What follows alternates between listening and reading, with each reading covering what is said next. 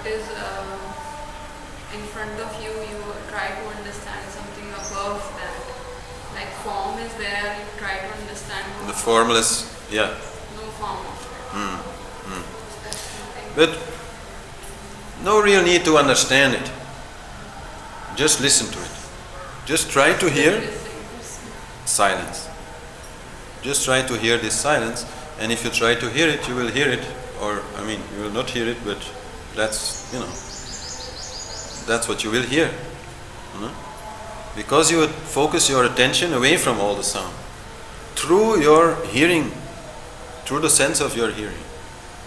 And that, completely, like you could say, shortcuts the whole body-mind game. No? The whole body-mind game is input, coming, and thoughts going, and you're completely occupied by that. Using the same channels, using this sense of hearing, directing it towards a non-existing object. Non-existing. Silence exists, but it's like space. Empty space is something, scientists talk about already for so long. Does empty space exist? No? And of course empty space exists, but if there is only empty space, who is there to witness it? So then it does not exist. No? To exist, there has to be a witness. No? But, so that's the least you have to have in empty space to exist. And the same is there with with silence. For silence to exist, all you need is the witness. So direct your witnessing towards it and you have it. You don't need the ears for it, of course. But you are behaving as if you need the ears for it. You are directing your sense of hearing towards that which cannot be heard. And that catapults you back on the self. Because to listen to something like the birds I was saying, if you really have to listen to those birds, automatically you hold your mind still.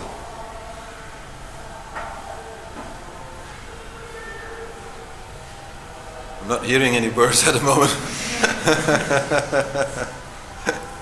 Let's listen more. So when you do that, you stop thinking. You really try to hear it. It's the same thing like when you have to walk over something very narrow, a little dangerous. Then also you stop thinking. You're fully focused on this balance thing. So silence even more difficult to hear than the birds. But you really, where is it? Where is it? The only way to hear it is to stop thinking. And then stay with it. It's just a trick, but a very good one. I've had a lot of, I always teach things that have helped me, so this trick has really helped me a lot, especially in daily life, not so much as a meditation. There are other things to do as a meditation, but as a way in daily life to always have this silence. And in combination with chanting. And that's also why I love to do it with Shiva. Being the yogi, the one who is so much into silence. Then chanting towards the silence is like bhakti chanting towards Shiva. Shiva is silence. So in that way, for me, this has become such a practice. And whenever a little bit I lose it, immediately I come with that.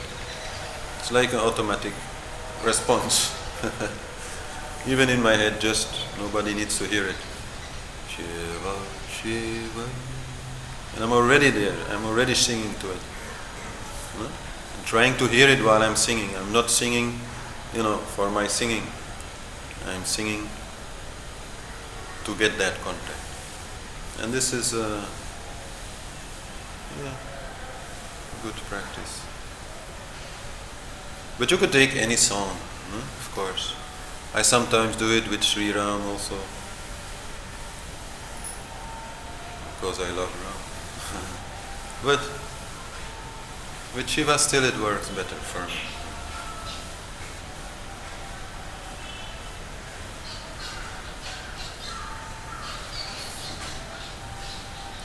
And anyway, the singing not needed.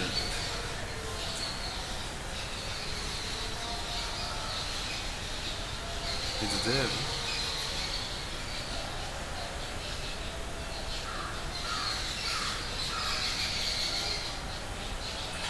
When you listen to the silence, you hear yourself.